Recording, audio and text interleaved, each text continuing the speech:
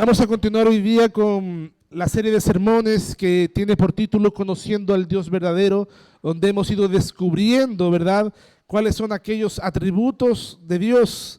Y hemos conocido que Dios es un Dios santo, que Dios es un Dios justo, un Dios soberano, un Dios supremo, un Dios, ¿verdad?, inmanente, un Dios trascendente también.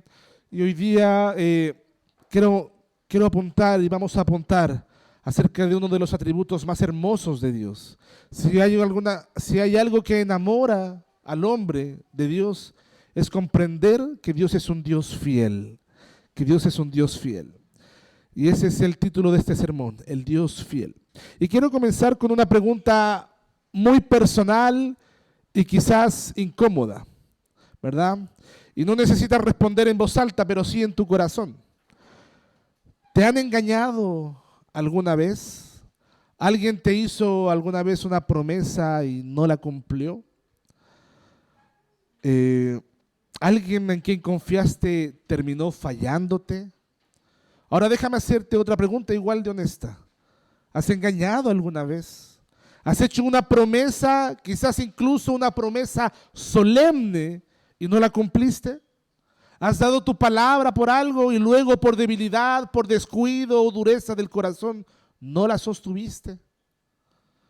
La realidad, hermanos, es que todos nosotros en algún momento hemos estado en ambos lados de la vereda. Hemos fallado y nos han fallado.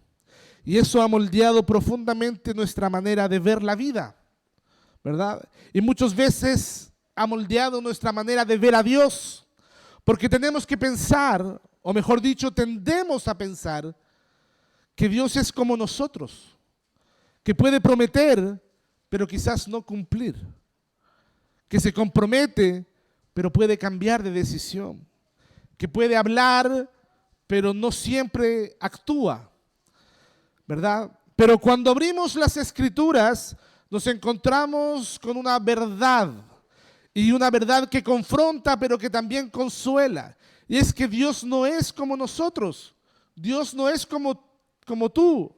Tampoco es como yo. Dios es absolutamente fiel. Un Dios que no falla. Un Dios que nunca rompe su palabra.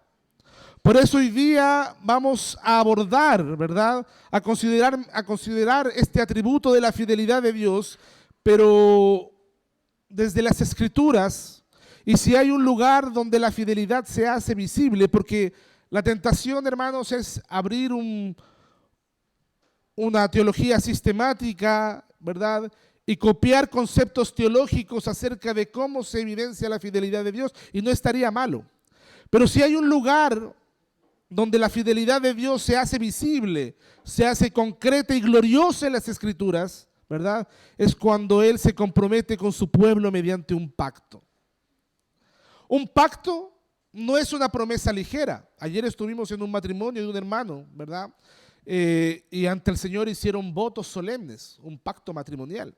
Y se entiende que un pacto no es una promesa ligera como no te preocupes, ahí voy a estar, sino que tiene una profundidad porque tiene una solemnidad detrás que respalda esa promesa, ¿verdad? Es un compromiso solemne, ¿verdad? Y en este caso voy a abordar el atributo de la fidelidad de Dios desde la idea del pacto, en donde Dios mismo se obliga a cumplir lo que ha dicho. Para eso vamos a abordar el pasaje de Génesis capítulo 15 casi en su totalidad, para que vayamos desmenuzando y comprendiendo cómo Dios se revela a su pueblo como un Dios que es fiel. Te invito a abrir Génesis capítulo 15, versículos 1 al 3. Lo que nos lleva al primer punto de este sermón: el corazón del hombre es débil, limitado y necesita certezas. Dice así el 1 al 3. Después de estas cosas, vino la palabra de Jehová a Abraham en visión diciendo: no temas, Abraham, yo soy tu escudo y tu galardón será sobremanera grande. Y respondió Abraham: Señor Jehová, ¿qué me darás? Siendo así que ando sin hijo y el mayordomo de mi casa es este Damaseno Eliezer. Dijo también Abraham: mira que no me has dado prole, y he aquí que será mi heredero un esclavo que ha nacido en mi casa. Hermanos, El Señor le dice a Abraham, no temas, yo soy tu escudo, yo soy tu galardón, ¿verdad? Y será gran manera tu recompensa. Y Abraham responde, Señor, ¿qué me darás si no tengo hijo? El texto comienza con una frase, después de estas cosas. ¿Después de qué cosas? Si uno ve el contexto, el capítulo 14, se da cuenta que Abraham había tenido victorias, ¿verdad? Había visto el poder de Dios, había recibido promesas, y aún así Abraham sigue inquieto. Aún así Abraham sigue inquieto. Y eso nos habla acerca de que la experiencia espiritual pasada no elimina las luchas que tenemos en el presente.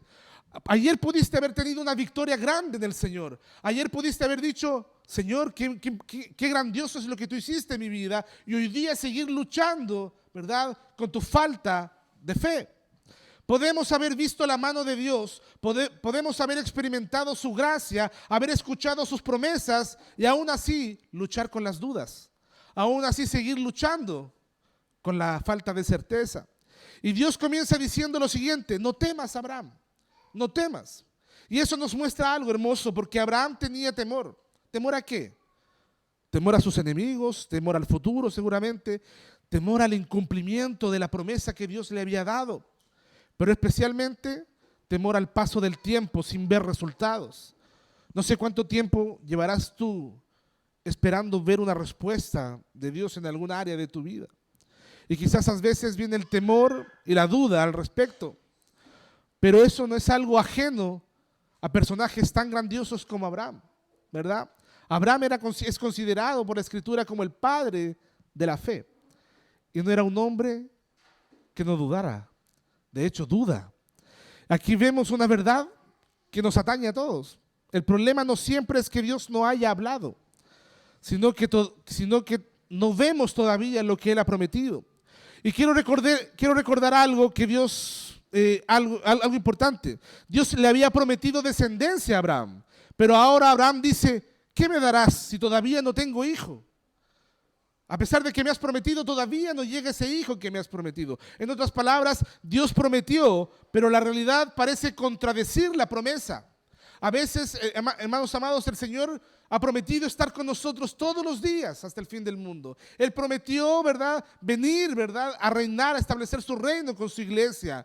Y parece que de repente pasa el tiempo y las dudas llegan y vemos el mundo en un constante ajetreo, vemos al mundo con constantes guerras, ¿verdad? Parece que es cosa de que alguien se desequilibre mentalmente, apriete un botón y el mundo se vaya por un tubo, ¿verdad? Hoy día vemos la cantidad de bombas nucleares que hay en distintos países y nosotros decimos, Señor, ¿qué pasa? ¿Hasta cuándo? ¿Será que vienes? ¿Será que tus promesas se cumplirán?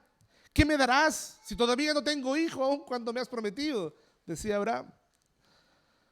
Y aquí está un punto que es importante, hermanos amados, entender. A veces una fe real incluye preguntas reales, sinceras, honestas. A veces una fe real tiende a preguntar, Señor, ¿hasta cuándo? ¿O cómo? ¿O por dónde? Abraham no se quedó callado. Abraham tampoco fingió, ¿verdad? Abraham simplemente habló con Dios y le dijo, ¿qué me darás?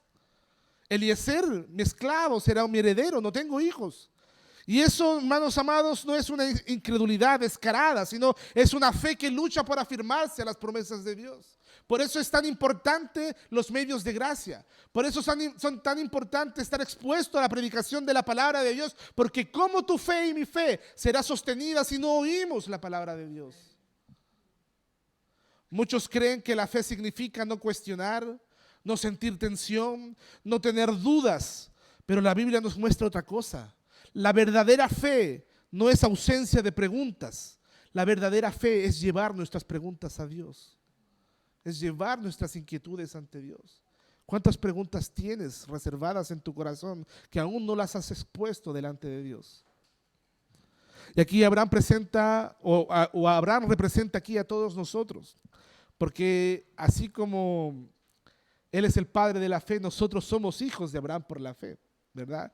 Y de alguna forma nos representa, porque en el fondo queremos creer, pero nos cuesta esperar. Queremos confiar, pero no nos domina lo que es visible, lo que podemos ver. ¿verdad?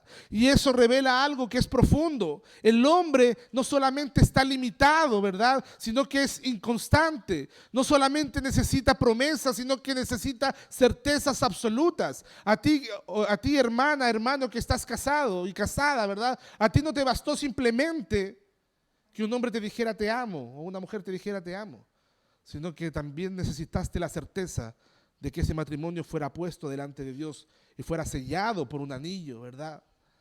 Certezas. Los hombres, los seres humanos necesitamos certezas y el Señor lo sabe. Él se acuerda que somos polvo, dice Salmo. Mire lo que dice el versículo 4 al 6, que nos habla acerca de la promesa divina como base de su fidelidad. Dice: luego vino a él palabra de Jehová diciendo: no te heredará hablando del esclavo, sino un hijo tuyo será el que te heredará, y lo llevará fuera. Y lo llevó afuera y le dijo: mira ahora los cielos y cuenta las estrellas, si las puedes contar. Y le dijo: así será tu descendencia. Y creyó a Jehová y le fue contada por justicia. Hermanos, Abraham expuso su inquietud, expuso su lucha, mostró sus dudas al Señor y ha puesto sobre la mesa su realidad. Y Dios responde. Pero fíjate cómo responde, fíjate bien. No le da un plan detallado que así va a ser las cosas, en tal año sucederá aquí o acá o allá. No le explica el cómo, no le muestra el proceso, cómo se darán las cosas. Solamente le da su promesa, le da su palabra: un hijo tuyo será el que te heredará. Y eso es clave, ¿sabes por qué? Porque Dios no fortalece la fe explicándolo todo. A veces pensamos que un ángel tiene que bajar del cielo para decirnos: esa es la persona indicada, esa es la persona correcta. No necesitas que un ángel vaya y te diga: sí, ese es el trabajo, ¿verdad?, que necesitas tomar. A veces el Señor simplemente nos da la certeza y nos dice: yo estaré contigo, yo cumpliré mis promesas. Dios lleva a Abraham fuera y le dice: mira los cielos, cuenta las estrellas, así será tu descendencia. Y ahora pensemos en esto con honestidad. Abraham es un anciano, cuando está en esta escena ya es un hombre anciano.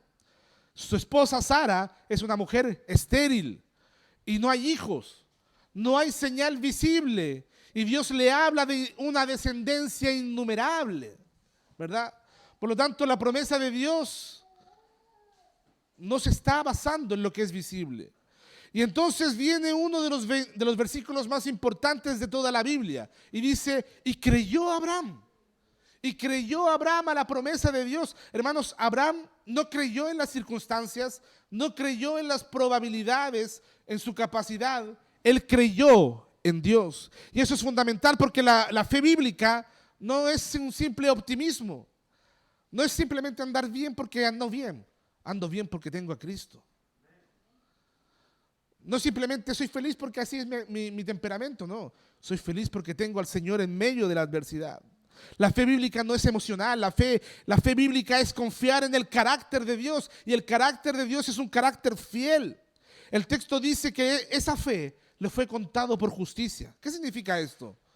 Que Abraham no fue justificado por obras, sino que Abraham no fue aceptado por méritos. Él fue declarado justo por creer en Dios, por creer en sus promesas. Y esto conecta directamente con el Evangelio, porque Romanos capítulo 4 usa ese mismo texto, igual que Gálatas capítulo 3, porque la salvación siempre ha sido por gracia mediante la fe. Y la razón por la cual Abraham puede creer es porque Dios es fiel. Arthur Pink señala lo siguiente: la fidelidad de Dios consiste en que Él es absolutamente confiable. Comencé el sermón preguntando: ¿alguna vez te han traicionado? ¿Alguna vez traicionaste? Bueno, hay uno que nunca puede traicionar porque no se puede negar a sí mismo. Dios es absolutamente confiable, cumple todo lo que ha prometido porque su carácter lo obliga a hacerlo. Él no puede no cumplir una promesa. Es decir, Dios no puede mentir. Él no es hijo de hombre para que mienta, dice la palabra, ¿verdad? Dios no puede tampoco fallar. Dios no puede negarse a sí mismo. Por eso su palabra es suficiente. Hoy en día, en tiempos en los que necesitamos certezas, lo único que tenemos que es realmente certero es su palabra, es su promesa. Y él dijo, el cielo y la tierra pasará, aun cuando el mundo se destruyera por completo. La Biblia dice que pasará, el cielo y la tierra pasará, pero su promesa, sus palabras no pasarán. Aún los muertos pueden ser resucitados. No hay nada que le impida a Dios cumplir sus promesas. Podemos morir, podemos escapar de este lado, ¿verdad? De la eternidad, ¿verdad? Y aún así seguir confiando que Él cumplirá todas sus promesas. Y aquí hay algo que es práctico para nosotros, porque muchas veces queremos ver señales, queremos ver certezas visibles, queremos garantías humanas, pero Dios nos dice, confía en lo que he dicho en mi palabra, confía en mis promesas, ¿verdad? Porque al final nuestra seguridad no está en ver, sino está en quién habló, en quién dijo. Ahí está nuestra certeza. Y aquí viene algo maravilloso. Como tercer punto, la señal del pacto, ¿verdad? Es la garantía de su fidelidad. Versículos 7 al 11 nos dice lo siguiente. Y le dijo, yo soy Jehová, que te saqué de Ur de los Caldeos para darte a heredar esta tierra. Y él respondió, Señor, ¿en qué conoceré que la he de heredar? Y le dijo, tráeme una becerra de 3 años, una cabra de 3 años y un carnero de 3 años y una tórtola también y un palomino. Dejémoslo hasta ahí. Hermanos, Abraham le vuelve a preguntar y le dice, ¿en qué conoceré? ¿Cómo sabré que vas a cumplir tu promesa? En otras palabras, ¿verdad? Esto es importante porque no se trata de rebeldía, ¿verdad? No está desafiando a Dios. Él tiene una fe que busca certeza. Y en otras palabras le está preguntando ¿cómo tendré la seguridad de que vas a cumplir tu promesa? Y Dios responde, o mejor, no le responde preguntándoles ¿por qué dudas? Ya te lo dije, sino que Dios responde acercándose más a Él. Amados hermanos, cuando estamos débiles en la fe, Dios no nos aplasta. ¿Cuántas veces has estado débil en la fe? ¿Cuántas veces te has sentido, verdad, desmotivado en tu fe, recaído, verdad? Y en vez de encontrar a un Dios que te aplaste, has encontrado un Dios que te fortalece, que responde tu necesidad. Fíjese bien, Dios le pide a Abraham algo muy específico, animales. Y no solamente animales, Él pide que parta a los animales por la mitad, colocándolos uno al frente del otro. Y eso nos parece algo extraño, ¿cómo Dios, verdad? Estamos en pleno siglo XXI y tenemos, ¿verdad? Y tenemos miles de años de diferencia con esa realidad que no podemos comprender lo que está pasando. Pero en el mundo antiguo, lo que se está narrando aquí era la forma de hacer un pacto solemne. Las dos partes que entraban en un pacto caminaban por el medio de entre los animales partidos y declaraban implícitamente, si yo no cumplo este pacto, que me pase lo mismo que a estos animales, o sea, que muera. En otras palabras, si no cumplo la promesa que te estoy dando, que sea aniquilado, que yo muera. Y es un juramento de vida o muerte, es un pacto de muerte, de vida o muerte, ¿verdad? Es un compromiso que es irreversible, es un pacto inquebrantable. Y el escenario, piense usted, el escenario es impactante, el escenario es tenso, el escenario, ¿verdad?, nos muestra algo muy impactante. Hay cuerpos de animales partidos, hay sangre derramada, hay un silencio solemne. ¿Sabes por qué? Porque la fidelidad de Dios, la verdadera fidelidad de Dios tiene un costo, y tiene un costo alto. Lo vemos en la cruz del Calvario. Un pacto no es simplemente una intención, no es una emoción o una posibilidad. Es un compromiso que involucra la vida misma. Lo que nos lleva al último punto, la asombrosa fidelidad de Dios. Leamos el versículo 12 al 17. Dice así: mas a la caída del sol sobrecogió el sueño a Abraham, y he aquí que el temor de una grande oscuridad cayó sobre él. Entonces Jehová dijo a Abraham: ten por cierto que tu descendencia morará en tierra ajena y será esclava allí y será oprimida 400 años. Mas también a la nación a la cual servirán juzgaré yo, y después de esto saldrán con gran riqueza. Y tú vendrás a tus padres en paz y serás sepultado en buena vejez. Y en la 4ª generación volverán acá, porque aún no ha llegado a su colmo la maldad del amorreo hasta aquí. Y sucedió, dice el 17, que puesto el sol y ya oscurecido, se veía un horno humeando y una antorcha de fuego que pasaba por entre los animales divididos. El texto, hermanos, no nos dice que Abraham, o mejor dicho, nos dice que Abraham cayó en un sueño profundo. Él no está participando, él no está caminando, no está firmando el pacto, él está completamente pasivo, él está, ¿verdad?, de manera pasiva mirando lo que está aconteciendo. Y eso no es casualidad, ¿sabes por qué? Porque Dios está dejando en claro que el cumplimiento del pacto no depende del hombre. En lugar de Abraham aparecen dos símbolos, un horno humeante y una antorcha de fuego. Y en el lenguaje bíblico esto representa la presencia misma de Dios, como la zarza ardiente y la columna de fuego en el desierto. Por lo tanto, es Dios quien está allí, en medio de los animales, no como observador, sino como un participante del pacto. Y aquí está el momento más glorioso del texto, porque solamente Dios pasa por entre medio del pacto. Solamente Dios pasa por en medio de los animales. Abraham no pasa, Abraham no firma, Abraham no se compromete en un sentido formal. En otras palabras, Dios está diciendo de manera visible: yo me obligo a cumplir este pacto completamente. Recordemos el significado del pacto. Si no cumplo, en otras palabras, lo que Dios está diciendo es: si no cumplo, que me pase lo mismo que a estos animales, ¿verdad? En otras palabras, está diciendo: Abraham, si yo no cumplo mis promesas, dejo de ser Dios, dejaré de ser Dios. Hermanos, Dios no puede fallar a sus promesas. Dios no ha fallado a ninguna de sus promesas. No puede fallar porque Él dejaría de ser Dios. Pero aún hay algo más profundo. Dios está diciendo implícitamente: si este pacto se rompe, yo pagaré el precio, no tú. Hermanos, la fidelidad de Dios no es reactiva, no está condicionada o no depende del hombre. La fidelidad de Dios es soberana, unilateral, garantizada por su propio ser. ¿Sabes por qué Él puede escoger desde antes de la fundación del mundo a los que han de ser salvos? Porque Él solo se involucra unilateralmente. Porque el pacto no depende de dos personas, sino de Dios, ¿verdad? Hermanos amados, y esto es sumamente profundo. Es decir, Dios no solamente dice voy a cumplir, sino que se compromete a que nada pueda impedir que Él cumpla su promesa. Y aquí está donde el texto alcanza su mayor gloria.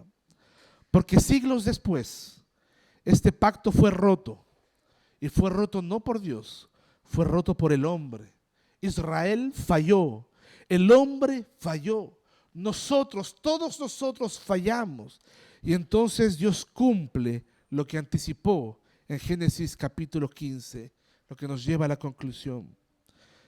Amados hermanos, hemos visto a Abraham como un hombre débil, un hombre que pregunta, un hombre que necesita certezas, y hemos visto a un Dios que no se aleja, sino que se acerca, ¿verdad? Y no se molesta, sino que se compromete con el hombre. Por lo tanto, vemos aquí un Dios que no solamente está haciendo promesas, sino que se ata a las promesas. Y lo más impactante de todo, un Dios que pasa solo por el pacto, como diciendo: si esto falla, yo soy el responsable, yo soy el que se hace responsable. Pero la historia, como ya dijimos, no termina en Génesis capítulo 15, porque esa escena apuntaba hacia algo mayor. Siglos después, ese mismo Dios del pacto vino en la persona de Jesucristo.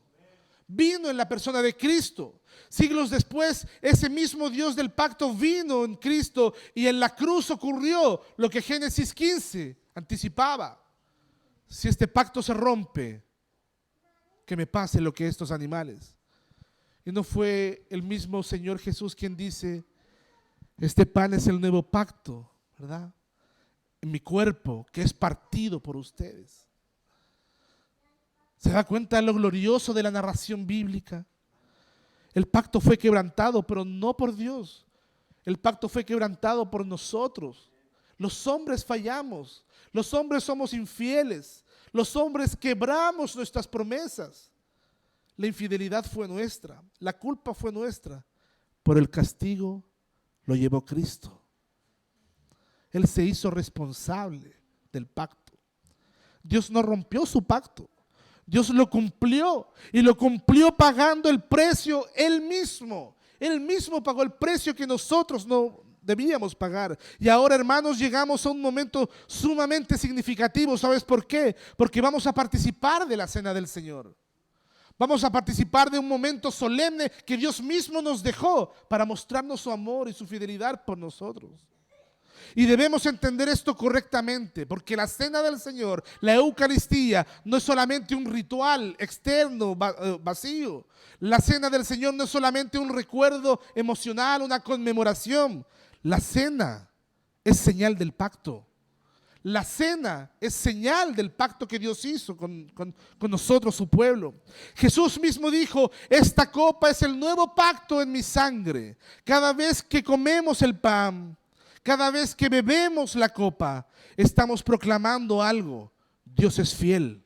Él no rompe sus promesas. Y si nosotros rompemos nuestras promesas, Él no las rompe. Y si nosotros somos infiel, Él sigue siendo fiel, porque Él no puede negarse a sí mismo. Hermanos, cada vez que comemos el pan y bebemos la copa, proclamamos que Dios es fiel, proclamamos que Dios cumple su pacto, proclamamos que Dios ha asegurado nuestra salvación en Cristo, que nosotros no nos podemos perder, que nuestra salvación está segura, que nada nos puede arrebatar de su mano. Así que cuando el día de hoy, en un par de minutos más, vengamos a la mesa que el Señor ha preparado para nosotros, no vengas confiando en lo buen cristiano que eres. No vengas confiando en cuán fiel tú eres. No vengas confiando en lo bien que lo has hecho esta semana. No vengas confiando en tu rendimiento espiritual. Ven confiando en el Dios que pasó solo por el pacto. En el Dios que se compromete unilateralmente a hacerte fiel. Hermanos, Dios se comprometió porque Él quiso, pudiendo no hacerlo, hacerte fiel, a guardarte, a cuidar tu alma, a guiarte hasta este momento. A guiarte hasta este momento para que tú y Él, para que nosotros y Él vivamos juntos. Si has dudado, si has sido débil, si has fallado, esta mesa no es para los perfectos. Es para los que descansan en la fidelidad de Dios. Ven confiando en Cristo. Él fue partido por ti. Él pagó el precio por ti. Él pagó la deuda del que quebró el pacto. Por lo tanto, mira el pan. Cuando miremos este pan, recuerda su cuerpo partido por nosotros.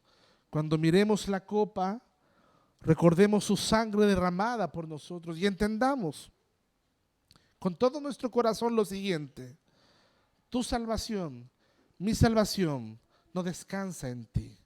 Descansa en un Dios que jamás será infiel. Por la gracia de Dios estamos aquí.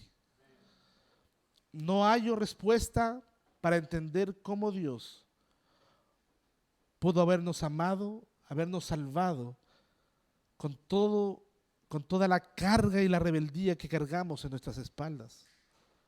Te amó, Él te amó, Él me amó, Él nos amó, se entregó en una cruz, derramó su sangre, fue traspasado por amor a nosotros, cuando éramos nosotros los que teníamos que cumplir esa parte del pacto, el castigo del pacto.